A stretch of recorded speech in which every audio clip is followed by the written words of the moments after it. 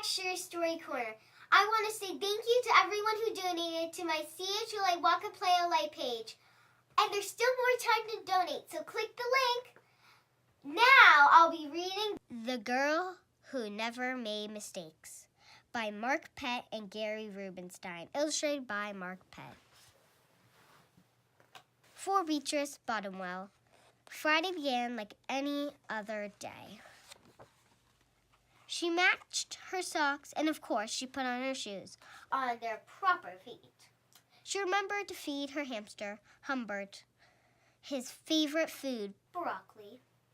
And when she made a sandwich for her brother Carl's lunch, she used exactly the same amount of peanut butter as jelly.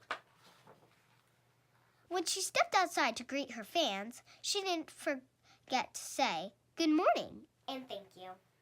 They asked if she made her bed. She had. They asked if she forgot to do her math homework. Nope. What about tonight's talent show? They asked. "I'm ready," said Beatrice with a smile. After all, her juggling act had won 3 years in a row. Most people in town didn't even know Beatrice's name. They just called her the girl who never made mistakes, because for as long as anyone could remember, she never did. Unlike Beatrice, Carl made lots of mistakes. He ate crayons and he drew with green beans. He danced with his hands and played piano with his feet. Carl loved to make mistakes. At school, Beatrice was on a cooking team with her 2 best friends, Millie and Sarah.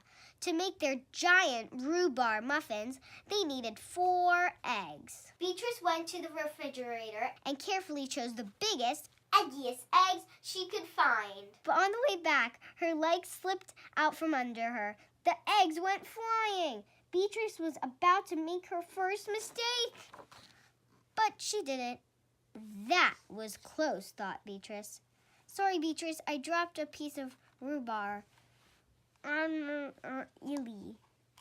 For the rest of the school day, Beatrice could not stop thinking about her almost mistake. On her way home from school, Beatrice watched Millie and Sarah ice skating in the park. "Come join us," said Millie. "It's fun," said Sarah. Beatrice watched them slip and slide on the frozen pond. Millie and Sarah laughed as they wobbled on the ice. "No thanks," said Beatrice. At supper, Beatrice barely touched her food. "Is everything all right, kiddo?" asked her father. "I'm worried I'll mess up tonight," said Beatrice, "and everyone will be watching." "Worry, you don't make a mistake," he said with a smile. Beatrice had to smile too. After supper, Beatrice got ready for the talent show. First, she woke up Humbert from his nap. Next, she got the salt shaker from the kitchen table. Finally, she filled a balloon with water. The school auditorium was packed. Beatrice felt her stomach jumping around inside her.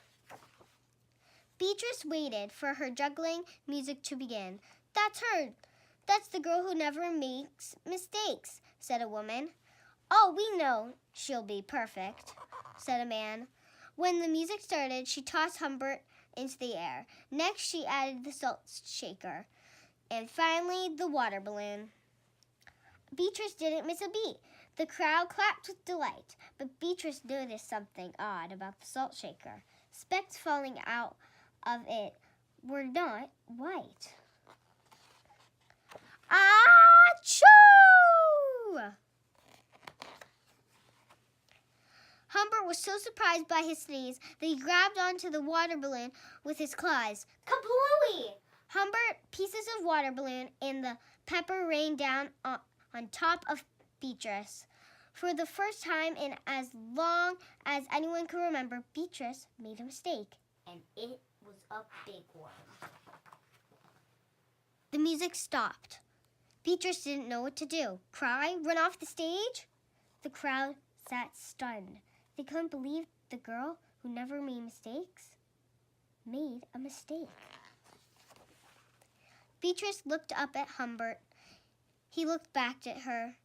His hamster fur was soaked and speckled with bits of balloon. Beatrice let out a giggle. The giggle grew into a chuckle, and the chuckle became a laugh. The people in the crowd looked at each other and then back at Beatrice. They began to giggle, then chuckled, then finally roar with laughter.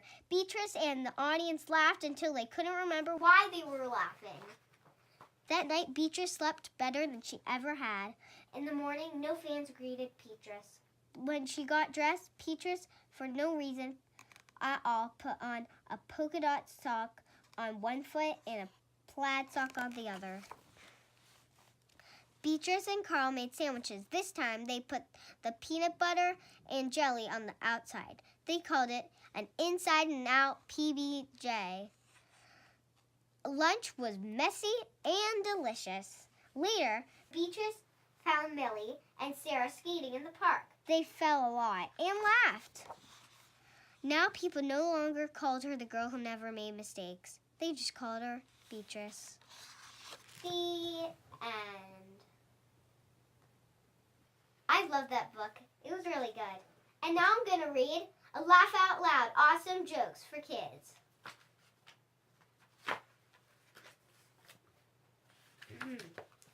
What's a cow's favorite painting? You want to know? The Mona Lisa. Get it? So bye. See you next time in Shira's Story Corner.